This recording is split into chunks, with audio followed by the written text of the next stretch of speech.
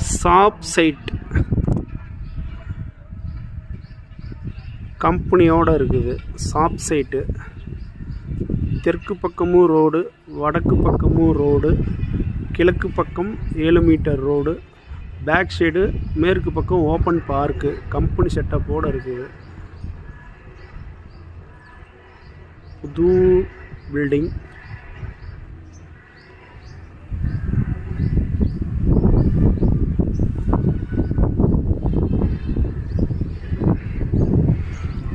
வடக்கில் road, தெற்கிலும் road, மேற்கு பக்கம் ஓப்பன் பார்க் இருக்குது. கம்பெனி வைக்கிற செட்டப்பில் இருக்குது.